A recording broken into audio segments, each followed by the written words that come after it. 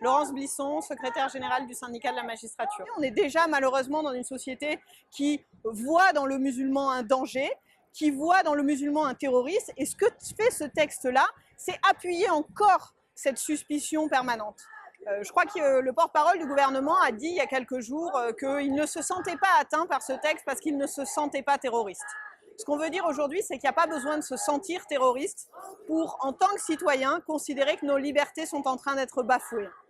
Elles sont en train d'être bafouées parce que dans l'espace public, à proximité des frontières, ou dans la rue, en bas de chez vous, en bas de chez moi, la police pourra aujourd'hui réclamer de faire ouvrir son sac, d'ouvrir son coffre de voiture, alors même qu'elle ne dispose d'aucun élément permettant de penser, par exemple, qu'on a commis une infraction pénale ou tenté d'en commettre une.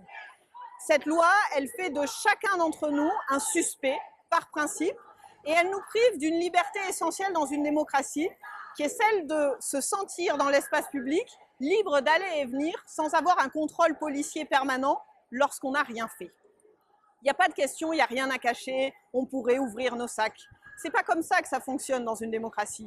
Dans une démocratie, si le pouvoir, l'autorité policière dispose du droit de faire ouvrir le sac d'une personne, de faire son contrôle d'identité ou de pénétrer dans son domicile, c'est lorsqu'elle a des raisons plausibles de soupçonner qu'elle a commis une infraction pénale, pas en dehors de ça.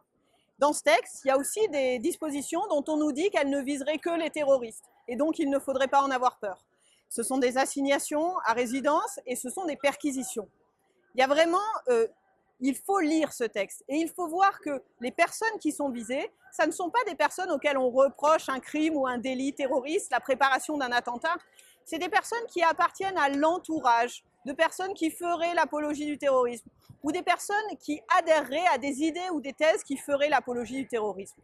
Derrière ce critère juridique, il y a un véritable flou, le flou du soupçon, qui visera très clairement certains de nos concitoyens, ceux à raison de leur confession, à raison de leur pratique de la religion musulmane, radicale, réelle ou supposée, et avec une confusion extrêmement dangereuse qui va semer la division dans notre société.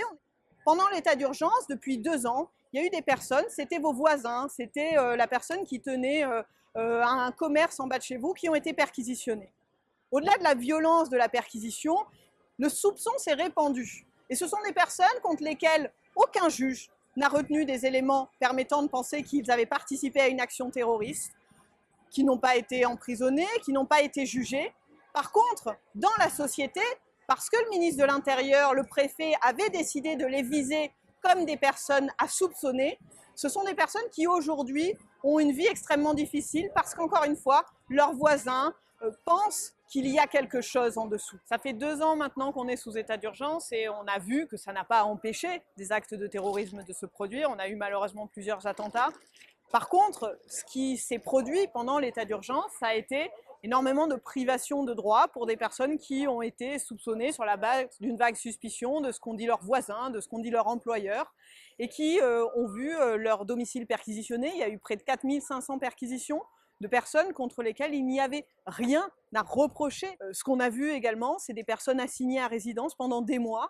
Ça veut dire qu'ils ne pouvaient pas sortir des limites de leur ville, ça veut dire qu'ils devaient pointer 3 fois par jour au commissariat et que toute leur vie a été empêchée, alors même qu'au final, sur près de 500 personnes qui ont été assignées à résidence, il n'y a eu quasiment aucune mise en examen pour des faits de terrorisme.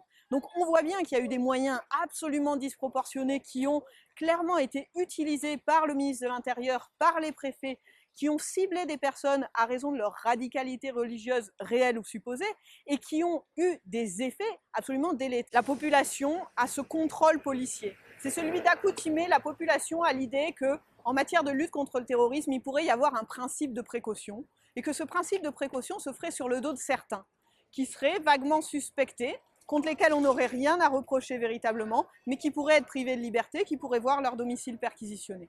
Et ce qui est en train de se passer aujourd'hui dans notre société, faire entrer l'état d'urgence dans le droit commun, le plus grave, c'est celui de la continuation de cette logique. C'est finalement accoutumer tout le monde à l'idée que oui, les pouvoirs policiers pourraient augmenter, que oui, un préfet ou un ministre de l'Intérieur aurait le droit de priver quelqu'un de liberté alors même qu'il n'y a pas les éléments suffisants, les bases dans une démocratie, c'est-à-dire les éléments permettant de dire qu'une personne a commis une infraction pénale ou en prépare une.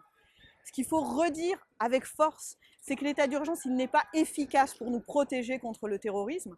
C'est qu'il existe des moyens déjà dans le droit français et déjà dérogatoires dans le droit pénal. Il y a énormément d'infractions qui existent pour lutter contre le terrorisme. Il y a des pouvoirs déjà dérogatoires qui ont été donnés à la justice et à la police. Mais ce qu'il y a de particulier là-dedans, c'est qu'on est dans le cadre du droit pénal. C'est-à-dire qu'il faut réunir des éléments dans une procédure détaillée avec un juge qui examine ces éléments. Ce que nous propose l'état d'urgence, c'est rien moins qu'un accroissement absolument disproportionné des pouvoirs de l'exécutif. Et dans une démocratie, ce qu'on doit chérir, c'est l'équilibre entre les pouvoirs du pouvoir législatif, les pouvoirs de l'exécutif et les pouvoirs de l'autorité judiciaire. L'autorité judiciaire, elle est légitime, parfois, à priver des personnes de liberté lorsqu'elle dispose des éléments factuels, concrets, objectivables, permettant de penser qu'ils ont commis une infraction pénale ou qu'ils sont en train d'en préparer une. Un État dans lequel c'est le ministre de l'Intérieur ou le préfet qui en décide, c'est un État qui est dans une grave dérive démocratique et c'est contre ça qu'il faut se mobiliser aujourd'hui.